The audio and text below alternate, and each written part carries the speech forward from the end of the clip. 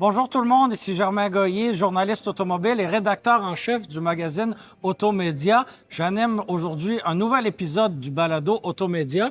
Bonjour Antoine. Bonjour. On s'est déjà vu quelque part? Oui, je pense qu'on peut se tutoyer. Oui, un vague souvenir? Oui, oui. Ça me dit vaguement quelque chose. Ah, c'est voilà, voilà.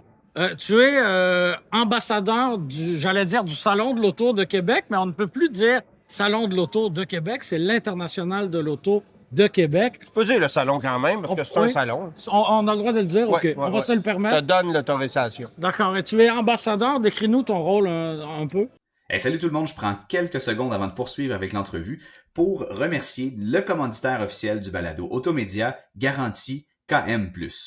Avez-vous commencé à préparer l'entrée en vigueur de la nouvelle loi 30 en juillet 2026? Ça s'en vient, là, c'est dans à peine un an. Garantie KM+, y a travaillé très très fort et présente son nouveau plan royal.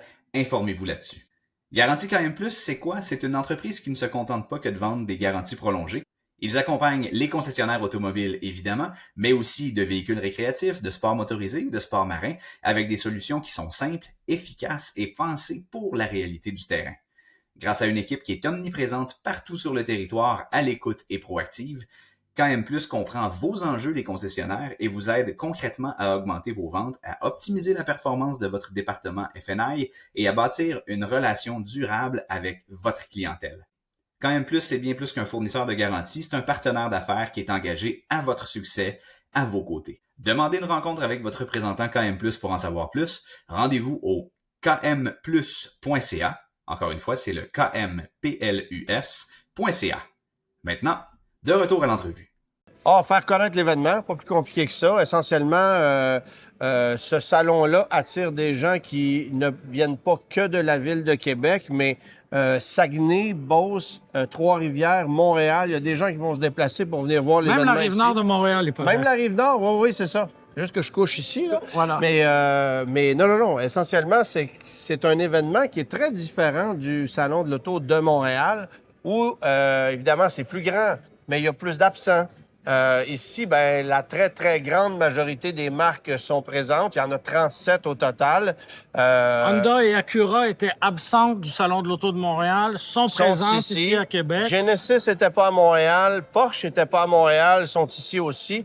Alors, c'est sûr que ça a un impact. Les gens qui veulent venir voir ces voitures-là, ils ont cette chance-là de pouvoir venir voir ça ici sous un même toit, de magasiner un véhicule dans un même environnement, sans pression. Ça, c'est le truc qu'on entend beaucoup, c'est que les gens vont au concessionnaire, ils sont pas tout le temps confortables, se sentent pas en confiance, se sentent pas en contrôle ou n'ont pas nécessairement l'intention de réellement magasiner, veulent juste zioter. Mais un événement comme celui-ci, c'est l'endroit idéal pour le faire, sans nécessairement avoir une marque plus qu'une autre sur un piédestal. Tout le monde est au même niveau. On peut magasiner, après ça, se faire une tête puis aller en concession. Puis Québec, c'est un salon d'acheteurs. C'est vraiment ce qui différencie ce salon-là des autres salons canadiens ou américains. C'est un salon d'acheteurs, c'est un salon qui est plus visité que les autres salons au prorata de la population. Ça fait son succès. Puis, je te dirais, pour en rajouter, que le timing est là. Oui, parce que c'est la semaine de relâche. Ça fait une belle sortie à faire en famille. Cette année, c'est la semaine de relâche. Alors oui, tu as un point. Deuxièmement, c'est le moment de l'année où les gens recommencent à magasiner des voitures. Alors, pour l'industrie, c'est parfait. On sent que le printemps est à nos ça portes. sent, là. Il paraît que demain, la neige va fondre un peu. On verra. Puis troisième truc, je te dirais que cette année, ça fait un drôle de hasard, mais c'est bien pour les concessionnaires. C'est le retour de la subvention fédérale de 5 000 Depuis 2 semaines. Depuis 2 semaines à peine. Alors, évidemment, pour ceux qui ont des véhicules électriques à vendre, c'est un bel avantage, là, je te dirais. Alors, on en prend avantage et on en parle haut et fort ici au salon. Chaque année, le succès de l'événement ici repose sur l'implication des concessionnaires de la région. Pourquoi les concessionnaires continuent de croire comme ça à un événement comme l'International de l'Auto de Québec? Parce qu'il y a une cause à effet direct. Ils le voient. Ils sont présents ici au salon. La semaine d'après, les gens qui sont venus ici vont acheter une voiture. Et c'est plus facile de mesurer ça ici à Québec que dans un salon comme Montréal ou Toronto, où c'est peut-être un peu moins évident et où il y a beaucoup plus de monde de concessionnaires de compétition. Alors ici, tu rencontres des concessionnaires de Québec, de Lévis, de Bois-Châtel, bon, etc. Tu vas avoir ta réponse directement. C'est très facile.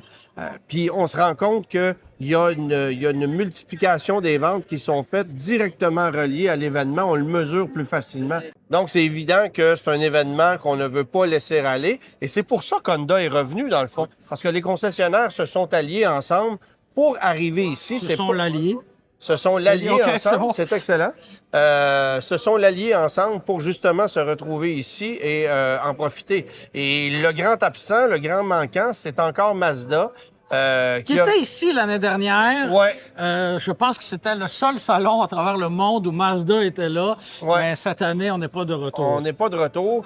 C'est le seul truc qui est vraiment dommage. Il y a BMW qui est absent, mais c'est une marque premium. Mais dans les généralistes, il n'y a que Mazda qui est absent.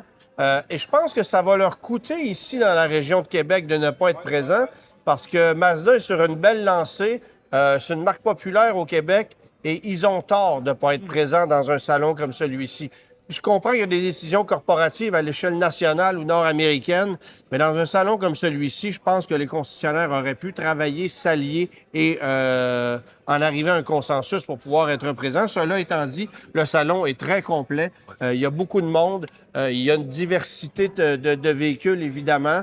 Les constructeurs ont des espaces un peu limités, ne peuvent pas amener 18 camions de la série F, là, par exemple. C'est un peu impossible. On essaie d'avoir une diversité. On essaie d'avoir une diversité. Puis évidemment, il y a Quadram qui est ici avec une collection de voitures exotiques. C'est ça, parce qu'il n'y a pas que des véhicules neufs, il y a des véhicules exotiques, des véhicules de luxe. Un salon automobile, là, ça sert à magasiner, ça sert à évaluer des véhicules, à les comparer, mais ça sert aussi à faire rêver. Et il y a une partie de l'exposition qui est faite directement pour ça. Les voitures JDM, la collection de voitures exotiques ou de luxe de Quadram.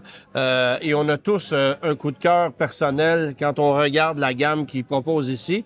Mon coup de cœur n'est pas une Rolls-Royce. Non, non, j'ai envie de te dire... Quel est-il, ce coup de cœur? Ils ont une GT4 RS qui me plaît beaucoup. Cette renaissance de la Lancia Scorpio, nouvelle génération, c'est fantastique. Une belle recréation. C'est fantastique. Donc, il y a beaucoup de voitures qui sont très intéressantes ici.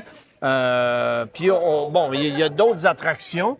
Il paraît qu'il y a un kiosque qui s'appelle Autosuggestion où on peut acheter des modèles miniatures. Si on n'est pas capable de se payer le modèle en vrai, on peut s'acheter le modèle miniature. J'ai entendu parler de ça, mais le clou du spectacle. Oui, parce que moi, j'allais dire, j'ai entendu parler d'une AMC Matador 1978. Que tu connais bien. Que je connais Surtout bien. Surtout au niveau de la banquette de deuxième rangée. Et il paraît qu'il n'y en a pas eu dans les salons de l'auto depuis 1978. Oui, et j'ai envie de te dire que cette voiture-là, elle était peut-être ici en 1978.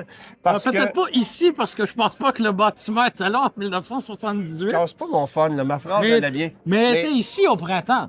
Mais elle était ici au printemps, voilà. Oui, c'est vrai. Non, mais cette voiture-là, c'est parce que je dis ça parce qu'elle a été vendue neuve à Québec. Ah, voilà. Et comme en 78, des AMC Matador, il n'y en a pas eu beaucoup, ben j'ose croire que si on a eu besoin d'exposer la crème de la crème des Matadors en 78, c'était peut-être celle-là. Il y a des chances. Antoine, merci beaucoup. Hey, ça fait plaisir. Bonne soirée bénéfice, puis à bientôt peut-être.